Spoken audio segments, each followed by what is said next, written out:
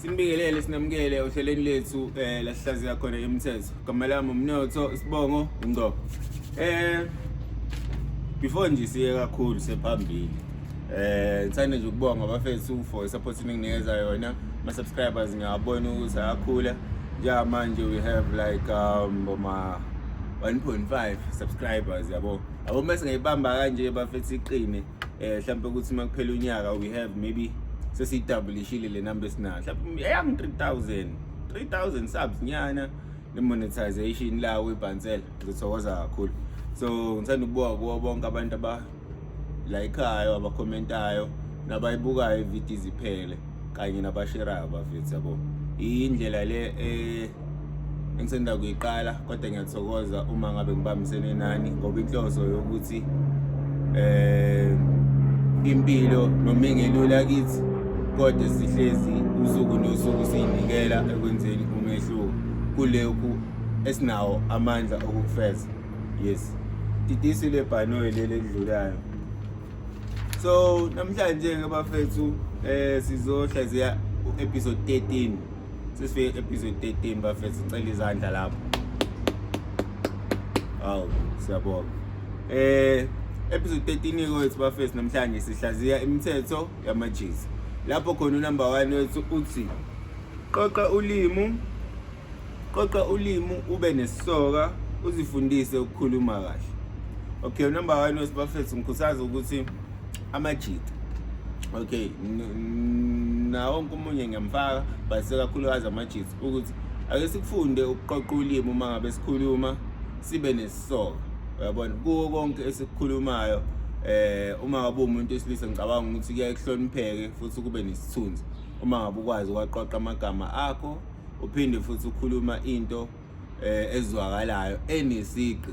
Ukabe umuntu ohleze nerawu kodwa manje into ekhulumayo ayiwenza imiqondo iyaphephuka. Uyabona lona. So ngikhuthaza abafethu ukuthi babe ngakhuluma amagama ahlambalazayo, amagama ayinhlamba angababusi. Uyabona lona.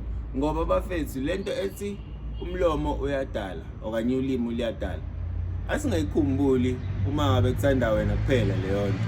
Leyo nto kufanele ukuthi hlezi ikubusa ngaso sonke isikhathi. Ukhuluma nomunye umuntu okanye ukhuluma into ethile ngawe noma ngesimo esithile.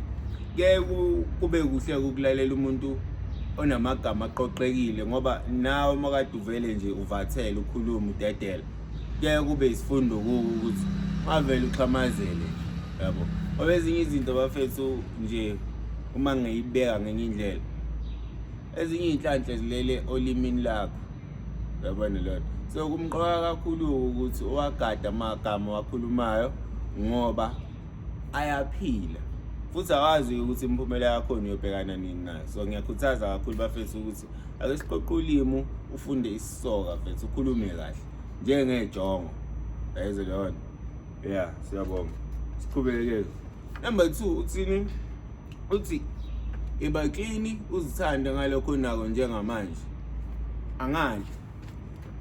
Kunethe ufuna ukulithenga, iskip ufuna ukusithenga, ijacket, kunohlobo oluthize lendlela ufuna ukugqoka ngalo because uyazi ukuthi sona style sakho nendlela okwazi ukuthi nawe uthokoze mangabe ungaphandle ebantwini ukuthi hayi uclean umnandi.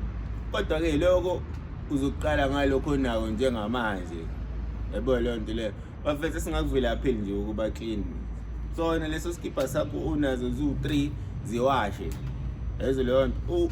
Uthi ukhama kuyi out sekusele kona ke phela ukuthi amandla okwenza awukabi nawo kodwa lokho nako uyakwazi ukuphatha kahle ngendlela. Uyabona lo. So leyo nto iyayikhuthaza ukuthi ivule nezinye zezinto zakho even nofisa ukukwenzela okuhle akwazi ukukwenzela ngoba uyabona ukuthi nako lokho nako njengamanje ukuphethe ngayiphi indlela. Yabo. Siyakhuthaza unakekela umuntu ongazinakile yena. Yabo. Ngoba kulula lo muntu ukuthi ajaje nanokuthi abe nenzondo. So ngikhuthaza ukuthi bafethu sibe clean bafethu ukugeza nje kuyinye yendlela yokuzithanda leyo. Unganqeni nje amanzi. Yabo ungawanqeni amanzi ube umuntu nje okanje nokuba clean. Yabo. Ngoba leyo nto kuyayithweni isondelene noNkulunkulu. Yabo. So kumqoka ukuthi ukwazi ukubambisana nawe nezinto ezilindeleke kuwe. Sibe clean bafethu. Number 3 uthi funda usiko kusemanje ukuze uzokwazi ukudlulisa umlando ophelele kubazukulu bakho. Bafethu, ake singayizibi leyo ukuthi imvelaphi yakho imqoka kakhulu noma ngabe siyiphi indlela esisiphila ngayo manje okanye indlela sesikhathi samanje.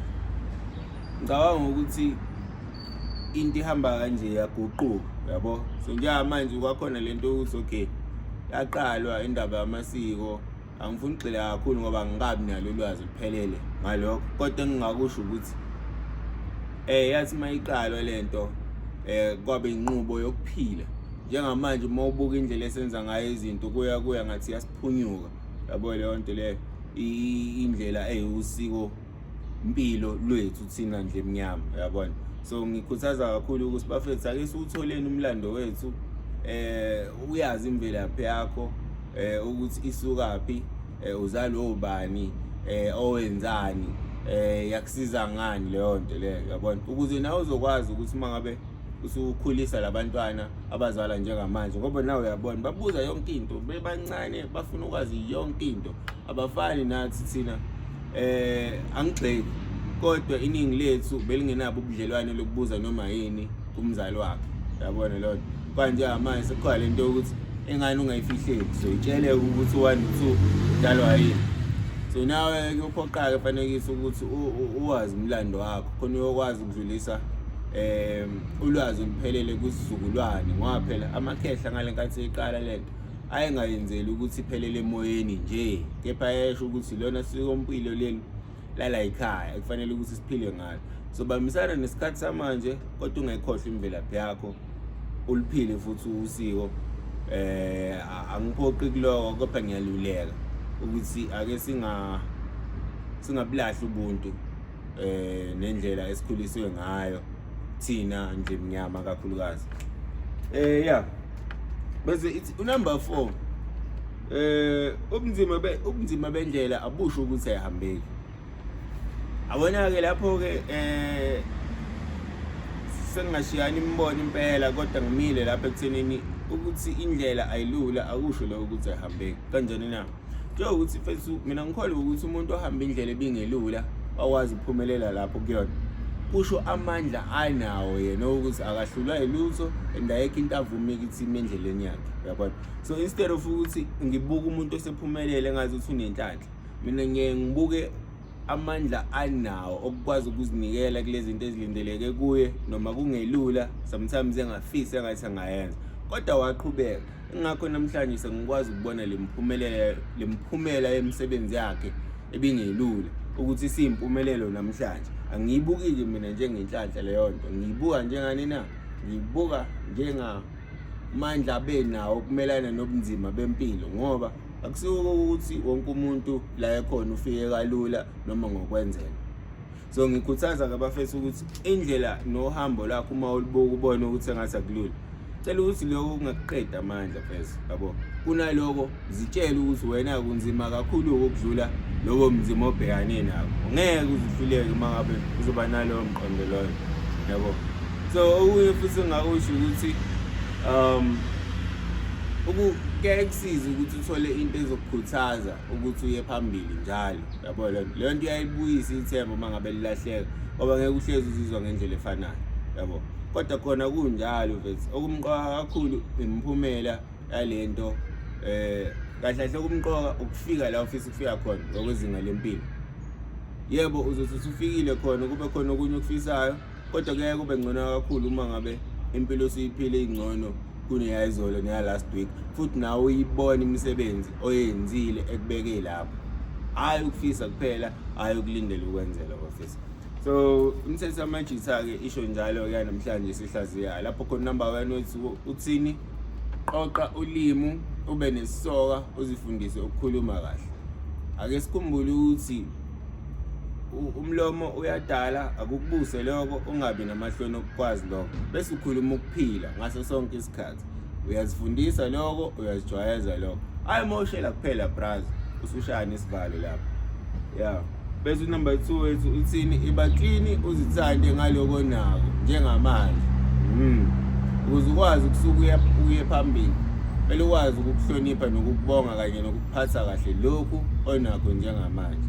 Lokho kuyovula-ke iy'nhlanhla ney'ndlela zokuthi ukwazi ukuthi kwande uthole naloko okufunayo futhi. Uma ngabe unempatho nalaba abakubhekile bayakwazi ukukuvulela uma ngabe wenza kanjalo. Yabo, kanti uma wenza izinto ngokunganaki nje ethi kuyafana somnika nje lento ayifunayo kodwa nalokhu abhekane nayo njengamanje akakuhloniphi futhi akakuthandi, uyabona. Bese uthi-ke unumber 4 funda usiko kusemanje khona uzokwazi ukudlulisa umlando ophelele kwisizukulu kubazukulu bakho, yabona, kwisizukulwane esilandelayo. So kumqoka bafethu ukuthi sihluphe kakhulu thina esikhula njengamanje. Ngazi ukuthi asisanakile kakhulu ekuthenini singobani sisukaphi, sesinake isitayela nobumnandi obudlulayo. Kanti-ke lo hambo lihambayo libheke ekuthenini kusasa ube ubaba womuzi. Yayizwa leyo nto leyo. So ube ubaba womuzi kumele uyazi isikompilo enizophila ngalo ngaphansi kwalowo muzi loyo. Ungaphili isinoma yini mfethu, yabo leyo nto leyo, ngoba uziphethe nabakini abakubusayo, abakubhekile nabakukhanyiselayo. Ungangabazi lokho. Number 4 bese uthini, ubunzima bendlela abusho ukuthi ayihambeki. So noma ngabe yini ofisa ukuyiqala ungabazi ubuhlakani bakho namandla ongaba nawo okufeza konke lokho kufisayo mfethu. Ungazingabazi. So ngikhuthaza kakhulu lokho ukuthi bafethu ake sandeni ekuthenini sikhuthazwe imiphumela. Into ungabi nje ukuyiqala ngamehlo usuyayinqena usuyayisaba. Cha vele kufanele kube lula. Naloko asikhulekela amandla okumelana nobunzima nokuthi sikhulekele ukuthi izinto zibe lula. Mabike namahloni okuthandaza mfethu bawazi onobudlelwano noNkulunkulu noma naloko okholelwa ukuthi kuyakusebenzela. Ukwazi uhlala uxhumana nawo ngaso sonke isikhathi. Yes. Bafethu episode 13 wethu-ke lo siwuphetha kanjalo lapha behlaziya khona imithetho yamajitha. Ngicela ukuthi ulike, ungakhohlwa ukulike, ukhomenta, subscribe lapho sazobuya futhi nomunye episode 14 bafethu. Kancane uzogcina kulunga khanye kwani.